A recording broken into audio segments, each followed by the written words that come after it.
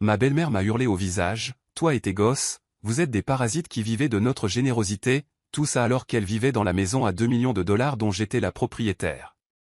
Je l'ai laissé finir sa tirade, j'ai souri calmement et je lui ai tendu un avis d'expulsion de 30 jours, là, en plein dîner. Salut tout le monde. Abonnez-vous pour faire partie de la famille et dites-nous en commentaire d'où vous nous regardez. Sur ce, reprenons l'histoire. Le lustre en cristal au-dessus de la table de mon père projetait des ombres sur les visages de ceux que j'appelais autrefois ma famille. J'observais les doigts parfaitement manucurés de ma belle-mère, Bernice, se crisper sur son verre de vin, ses jointures blanchissant alors qu'elle fusillait du regard ma fille de 8 ans, Lucille, qui avait accidentellement renversé son eau.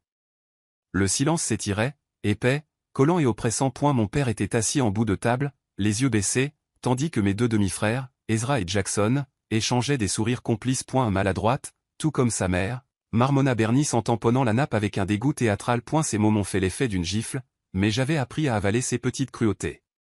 Mon fils de 10 ans, Lucas, s'est penché pour aider sa sœur, et j'ai senti ma poitrine se serrer avec ce mélange familier de fierté et de rage protectrice que seules les mères comprennent. Cela faisait 3 ans que je venais à ces dîners du vendredi, depuis la mort de mon mari. Chaque semaine, je me disais qu'il était important pour les enfants de connaître leur grand-père, d'avoir un semblant de stabilité familiale après avoir perdu leur père si soudainement. Mais ces derniers temps, chaque visite donnait l'impression de traverser un champ de mines les yeux bandés. Merci de nous recevoir, Bernice, dis-je doucement, forçant un sourire que je ne ressentais pas. Le rôti est délicieux. Le mensonge avait un goût amer sur ma langue, mais le maintien de la paix était devenu ma seconde langue. Ce que j'ignorais alors, en regardant mes enfants manger en silence, essayant de se faire tout petit, c'est que ce dîner serait notre dernier. L'explosion était imminente, et avec elle, des révélations qui allaient briser tout ce que je croyais savoir sur la loyauté, la famille et cette maison où nous étions assis à faire semblant que tout allait bien. Personne ne connaissait la vérité sur la maison. Ni Bernice, ni mes demi-frères, ni même mon père. À la mort de ma mère, il y a 15 ans, elle m'avait laissé bien plus que du chagrin et des souvenirs. Elle m'avait légué l'intégralité de son patrimoine, y compris cette demeure de style colonial de 6 chambres que Bernice avait redécorée en effaçant toute trace de ma mère. J'avais 25 ans à l'époque, noyé dans le deuil et incapable de traiter la paperasse que l'avocat de ma mère continuait de pousser sur son bureau en acajou. Votre mère voulait que vous soyez en sécurité, m'avait expliqué Maître Harrison, ses yeux bienveillants magnifiés par ses épaisses lunettes. La maison est dans un trust, une fiducie, à votre nom. Votre père a un droit d'usage et d'habitation à vie, mais c'est vous la propriétaire, mademoiselle Thompson. Ça a toujours été vous, et ça le sera toujours. J'avais signé les papiers dans un brouillard total, puis je les avais enfermés, sans jamais en parler à personne. À l'époque, papa fréquentait déjà Bernice, une prof de yoga rencontrée à la salle de sport 6 mois après les funérailles de maman. Je ne pouvais pas supporter d'ajouter la question de la propriété aux conversations déjà gênantes sur sa nouvelle relation. Laisse-lui ça, m'étais-je dit. Laisse-le se sentir l'homme de la maison que maman a construite. Alors je suis restée silencieuse quand Bernice a emménagé, quand elle a jeté les meubles de jardin de maman, quand elle a repeint la cuisine jaune beurre que maman aimait tant. La maison avait pris beaucoup de valeur. Maître Harrison envoyait les relevés annuels à ma boîte postale. 2 millions de dollars maintenant, peut-être plus. Chaque année, les impôts fonciers étaient payés par le compte du trust que maman avait établi. Chaque année, Bernice se plaignait d'argent tout en portant des chaussures à 1000 dollars. Chaque année, je ne disais rien, croyant que la paix valait mieux que de faire valoir mes droits. Mais en voyant le visage de Lucille se décomposer face à la cruauté de Bernice, j'ai senti quelque chose basculer. Les fondations de ma patience présentaient des fissures que j'avais ignorées trop longtemps. Et la tension aurait pu rester contenue sans cette photographie. Après le dîner, alors que Bernice débarrassait les assiettes avec un fracas agressif, Lucille a erré dans le salon. J'ai entendu sa petite voix appeler « Maman, c'est qui cette jolie dame ?» Mon sang s'est glacé. Je savais exactement quelle photo elle avait trouvée. Je me suis précipité pour trouver ma fille tenant un petit cadre qu'elle avait découvert derrière un grand vase sur l'étagère. C'était ma mère, radieuse dans son jardin, entourée des roses qu'elle avait passé des années à cultiver. Ces mêmes roses que Bernice avait arrachées pour planter des herbes ornementales. C'est ta grand-mère, mon cœur, dis-je doucement en m'agenouillant près d'elle. La maman de ton papa qui est partie au ciel. Elle te ressemble, chuchota Lucille en traçant le verre du doigt. Elle a l'air heureuse. Cette simple observation a brisé quelque chose en moi. Ma mère avait été heureuse dans cette maison, elle en avait fait un foyer rempli de chaleur et de rire. Que avais-je laissé cet endroit devenir? La voix de Bernice a tranché l'instant comme un couteau. Range ça, Lucille. On n'expose pas de vieilles photos ici. Elle a arraché le cadre des mains de ma fille avec une telle force que Lucille a trébuché en arrière dans mes bras. La photo a heurté le parquet, la vitre volant en mille éclats. Lucille s'est mise à pleurer et Lucas est apparu dans l'encadrement de la porte, les poings serrés sur les côtés. C'était un accident, dis-je, entendant le tremblement dans ma voix alors que je serrais Lucille contre moi. Elle ne l'a pas fait exprès. Mais Bernice n'écoutait pas.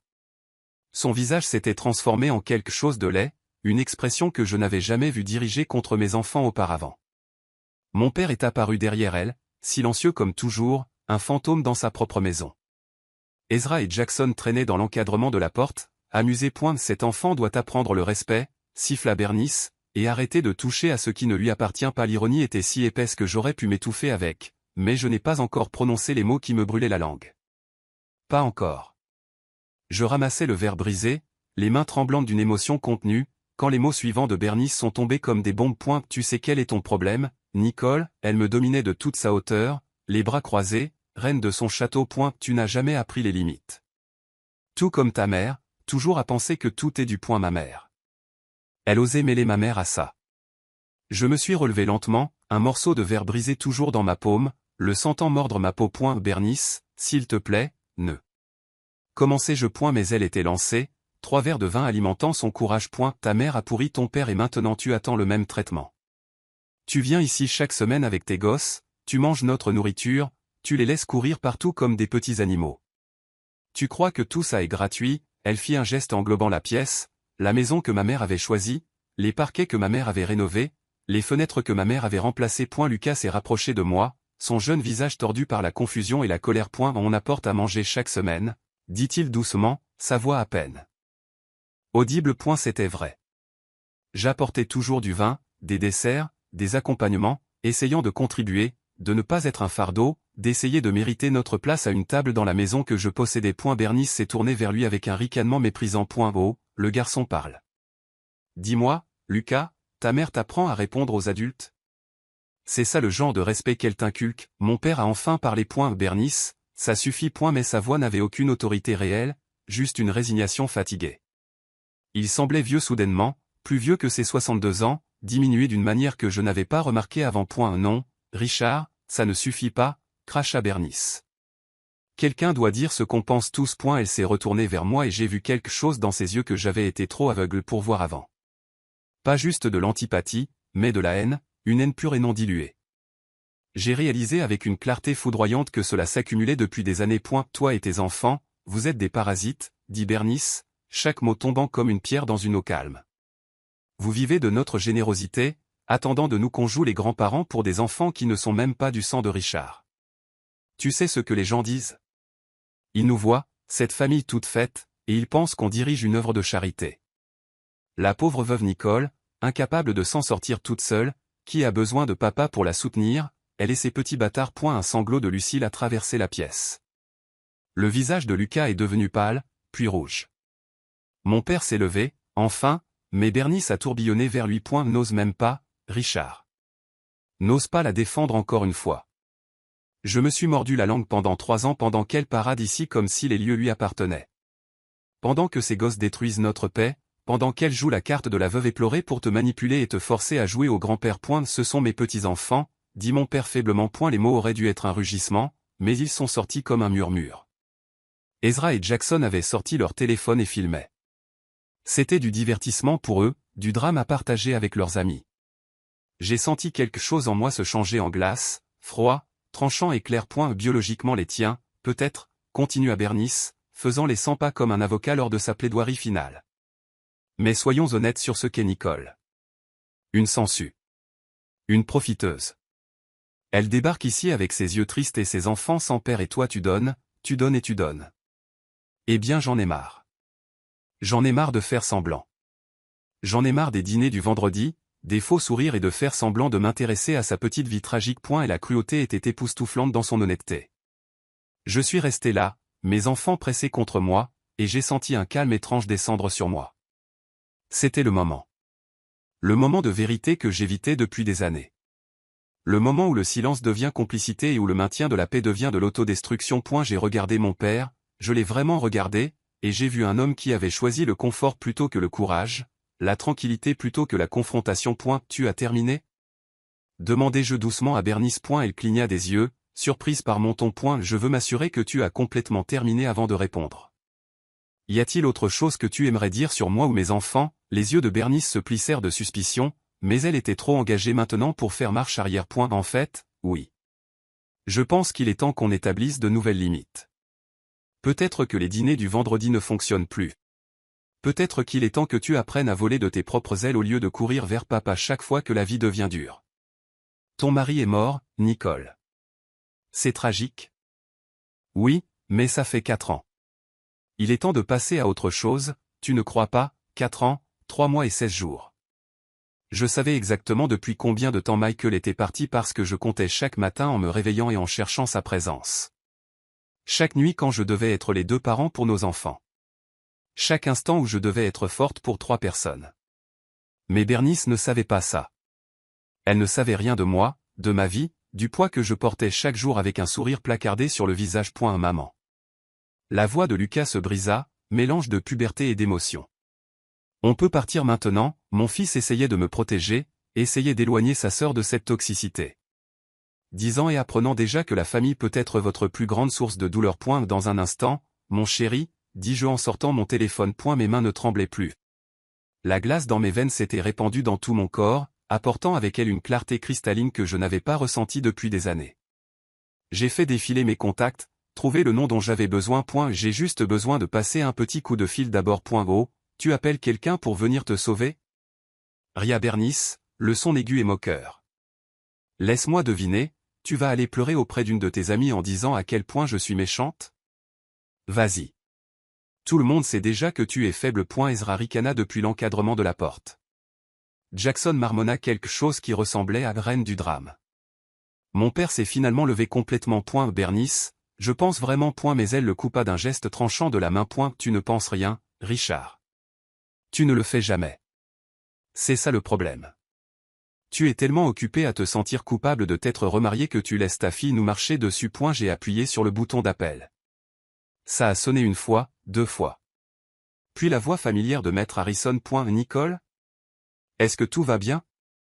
Il est un peu tard. J'ai souri alors, et quelque chose dans ce sourire a fait taire Bernice. Maître Harrison, dis-je clairement, ma voix portant dans la pièce soudainement silencieuse. J'ai besoin de confirmer quelque chose. Cette maison au 1247 Oakmont Drive. Je suis toujours la propriétaire légale, correct? Le trust est toujours actif. J'ai vu la couleur quitter le visage de Bernice alors que la compréhension commençait à poindre. Bien sûr, Nicole, répondit Maître Harrison, la confusion évidente dans son ton. Comme je l'indique dans chaque rapport annuel, vous êtes la seule propriétaire depuis le décès de votre mère. Le trust continue de payer toutes les dépenses, les impôts fonciers, l'assurance, l'entretien. N'avez-vous pas reçu le relevé de cette année? L'évaluation actuelle de la propriété est d'environ 2,3 millions. Pourquoi cette question? Il y a un problème, j'ai mis le téléphone sur haut-parleur. Pourriez-vous répéter ça s'il vous plaît, Maître Harrison? Je veux m'assurer que tout le monde ici comprend bien la situation. Bernice était passée du rouge au blanc, puis à une nuance alarmante de gris. Mon père avait l'air d'avoir reçu un coup de poing dans l'estomac. Ezra et Jackson avaient baissé leur téléphone, réalisant enfin que ce n'était pas juste un drame familial dont ils pouvaient se moquer. Vous êtes la propriétaire du bien immobilier, répéta Maître Harrison lentement, ses instincts d'avocat prenant le dessus. Votre mère a établi le trust en 2010, transféré l'acte de propriété à votre nom, et accordé à votre père un droit d'usage et d'habitation à vie conditionnel à certains termes. La propriété ne peut être vendue ou transférée sans votre consentement explicite. Vous avez le contrôle total sur qui réside là-bas, sous réserve des droits résidentiels de votre père. Y a-t-il un problème, Nicole? Aucun problème, dis-je doucement. Je clarifie juste quelques malentendus. Merci, Maître Harrison. Je vous appellerai lundi matin pour rédiger quelques documents. J'y pouvais entendre son inquiétude. Nicole, quoi que vous planifiez, s'il vous plaît assurez-vous d'y réfléchir soigneusement. Les affaires de famille peuvent être compliquées. J'y pense depuis 15 ans, l'interrompis-je doucement. Je vous parle lundi. J'ai mis fin à l'appel et glissé le téléphone dans ma poche. Le silence dans la pièce était absolu. Même Lucille avait arrêté de pleurer, sentant que quelque chose de monumental se produisait. Bernice retrouva sa voix en premier, mais elle sortit étranglée. Ce n'est pas possible. C'est la maison de Richard. Ta mère l'a laissée à Richard. Tu mens point mais nous pouvions tous voir qu'elle savait que je ne mentais pas. La vérité était écrite sur chaque visage choqué autour de la table. Ma mère a bien laissé la maison à quelqu'un, dis-je sur le ton de la conversation, comme si on parlait de la météo. Elle me l'a laissée à moi. Elle a établi une fiducie quand elle a reçu son diagnostic de cancer, s'assurant que j'aurais une sécurité quoi qu'il arrive. Elle est morte quand j'avais 25 ans, et je suis devenu propriétaire de cette maison le jour de mes 26 ans. C'était il y a 15 ans et la voix de mon père était à peine un murmure. Tu n'as jamais rien dit. Toutes ces années. Et la trahison dans ses yeux aurait pu me blesser si je ne venais pas de le voir rester assis silencieusement pendant que sa femme éviscérait ses petits-enfants. Tu nous as laissé croire. Tu m'as laissé croire. Je t'ai laissé croire que tu vivais toujours dans ta maison, finis-je pour lui. Je t'ai laissé ta dignité. Je t'ai laissé te sentir comme l'homme qui subvenait aux besoins de sa famille. J'ai signé des papiers te donnant un droit d'habitation à vie parce que tu es mon père et que je t'aimais. Et aimais, répétais-je. Passé. C'était avant, papa. Avant que je te regarde rester assis là en silence pendant que ta femme traitait mes enfants de bâtards et de parasites. Bernice tremblait maintenant, de rage ou de peur, je ne saurais le dire. Richard, elle ment. Appelle la banque pour l'hypothèque. Appelle quelqu'un. Cette maison est à nous. On vit ici depuis 12 ans. Sa voix monta jusqu'au cri perçant. Il n'y a pas d'hypothèque, dis-je calmement. Maman l'a remboursé avant de mourir. Le trust paie environ 48 000 $ par an en taxes foncières. Encore 12 000 $ pour l'assurance et divers frais d'entretien. Tout est documenté. Tout a été documenté pendant 15 ans pendant que je fermais ma gueule et que je vous laissais croire que vous me faisiez une faveur en nous permettant, à moi et mes enfants bâtards, de manger à votre table. Lucas me fixait avec de grands yeux, comprenant enfin. Lucille avait l'air confuse mais elle avait arrêté de pleurer, sentant que d'une certaine manière, maman gérait. Maman gérait plus que bien. Ezra a essayé de sauver la situation. Nicole, écoute, Bernice ne pensait pas. J'ai levé la main et il s'est tu. Si, elle le pensait, dis-je simplement. Elle pensait chaque mot. Et c'est très bien. Au moins maintenant, on sait tous où on en est. En regardant le visage choqué de mon père, j'ai été transporté 15 ans en arrière, dans la chambre d'hôpital où ma mère se mourait. Elle était si maigre à l'époque, rongée par un cancer qui s'était propagé plus vite que prévu. Mais son esprit était vif, terriblement vif jusqu'à la fin. Nicole, mon bébé, écoute-moi, avait-elle chuchoté, sa main comme du papier dans la mienne. Je te laisse la maison. Pas à ton père. À toi. J'avais commencé à protester mais elle avait serré ma main avec une force surprenante. Il voit déjà quelqu'un. Tu le savais? Cette femme de sa salle de sport. Bernice. Le nom m'avait frappé comme une douche froide. Mais on t'a diagnostiqué il y a seulement 4 mois. Il ne ferait pas ça. Même alors, je voulais croire le meilleur de lui. Maman avait souri tristement, le genre de sourire qui contenait une vie de déception. Si, il le ferait. Il le fait. Et c'est pas grave, bébé. Les gens font leur deuil de différentes manières. Mais je ne laisserai pas l'œuvre de ma vie à quelqu'un qui n'a pas pu attendre que mon corps soit froid. Ton père est faible, avait-elle continué, chaque mot étant un effort. Pas méchant, juste faible. Il laissera les gens lui marcher dessus et ils te marcheront dessus aussi si tu les laisses faire. Alors je te donne le pouvoir. La maison est à toi. Laisse-le vivre là parce que c'est ton père et qu'il a besoin d'un endroit où aller. Mais n'oublie jamais que c'est à toi. Quand le moment viendra, et il viendra bébé je te le promets, ne sois pas faible comme lui. Sois forte comme moi. J'avais pleuré alors. Incapable de gérer la perte de ma mère et d'apprendre la trahison de mon père simultanément. Elle est morte 2 semaines plus tard. Bernice a emménagé 6 semaines après les funérailles. J'avais gardé le secret de ma mère.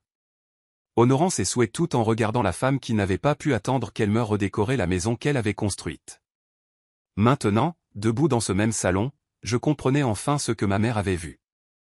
Elle savait exactement ce qui allait arriver. Elle savait que Bernice finirait par montrer son vrai visage. Elle m'avait donné l'arme pour me défendre. Il fallait juste que je sois assez courageuse pour l'utiliser. J'ai plongé la main dans mon sac à main et en ai sorti l'enveloppe que je transportais depuis 3 semaines. Maître Harrison m'a envoyé ça le mois dernier, dis-je d'une voix stable comme la pierre. Après que je l'ai enfin appelé pour lui expliquer la situation. Après lui avoir parlé des commentaires, des petites cruautés, de la façon dont mes enfants étaient traités dans la maison que leur grand-mère leur a laissée. Bernice s'est jetée en avant pour essayer d'attraper les papiers mais j'ai reculé avec fluidité. Ce sont des avis d'expulsion, ai-je continué en m'adressant à la pièce comme à un tribunal. 30 jours, comme l'exige la loi pour les locataires au mois. C'est ce que vous êtes, Bernice. Toi, Ezra et Jackson. Des locataires au mois vivant dans ma maison par ma grâce, sans payer de loyer. Mon père a un droit d'habitation à vie, mais ces droits ne s'étendent pas aux membres ultérieurs de sa famille. J'ai sorti le premier avis et l'ai tendu à Bernice. Ses mains tremblaient en le dépliant. Ses yeux scannaient le jargon juridique qui éplait son avenir noir sur blanc. C'est de la folie, souffla-t-elle. Richard, fais quelque chose. Appelle notre avocat. Ça ne peut pas être légal. C'est tout à fait légal, dis-je. Maître Harrison est l'un des meilleurs avocats spécialisés en succession de l'État. Ma mère s'en est assurée. Vous avez 30 jours pour quitter ma propriété, toi et tes fils. Mon père est le bienvenu pour rester s'il le choisit, mais vous, non. Jackson a bondi. Tu ne peux pas faire ça. On vit ici depuis 12 ans. C'est notre maison. Le sentiment que tout lui était dû était stupéfiant, et j'ai réalisé que Bernice les avait élevés en leur faisant croire qu'ils méritaient tout sans rien gagner. En fait, si, je peux, répondis-je. Et je le fais. Le visage d'Ezra était devenu rouge. Et papa? Tu vas laisser ton père vivre ici tout seul pendant que tu vires sa femme? Quel genre de fille es-tu? L'hypocrisie était à couper le souffle. Mon père est resté figé, sans rien dire, sans rien faire, exactement comme il l'a fait pendant que sa femme insultait sa fille et ses petits-enfants, dis-je doucement. Quelque chose que vous semblez tous avoir oublié. J'ai tendu à Ezra et Jackson leurs avis. Mon père s'est enfin levé. Sa chaise a raclé le parquet avec un bruit semblable à un cri. Nicole, s'il te plaît. On peut en parler en privé? Il doit y avoir un autre moyen. Et sa voix s'est brisée sur le dernier mot. Et pendant un instant, juste un instant, j'ai vu l'homme qui me poussait sur les balançoires et assistait à chaque spectacle de l'école. Mais ensuite, je me suis souvenu de lui assis en silence pendant que Bernice détruisait le sentiment de sécurité de mes enfants. Papa, dis-je, et ma voix n'était plus froide. Elle était fatiguée. Je t'ai donné 15 ans de grâce. J'ai regardé Bernice effacer chaque trace de maman de cette maison. Je l'ai regardé dépenser l'argent comme de l'eau tout en se plaignant des finances.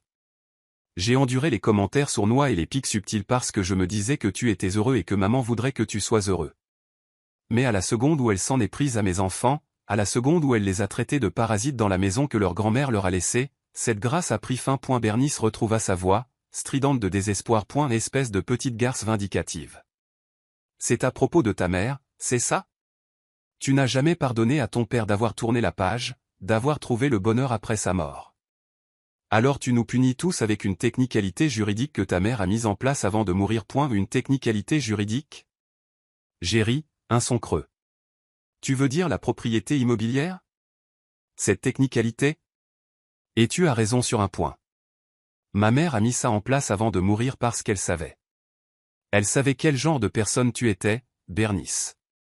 Elle savait que tu couchais avec mon père pendant qu'elle mourait.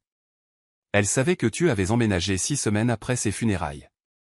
Elle savait tout ça et elle m'a protégé de toi. Le visage de mon père est devenu blanc. Nicole, je n'ai jamais.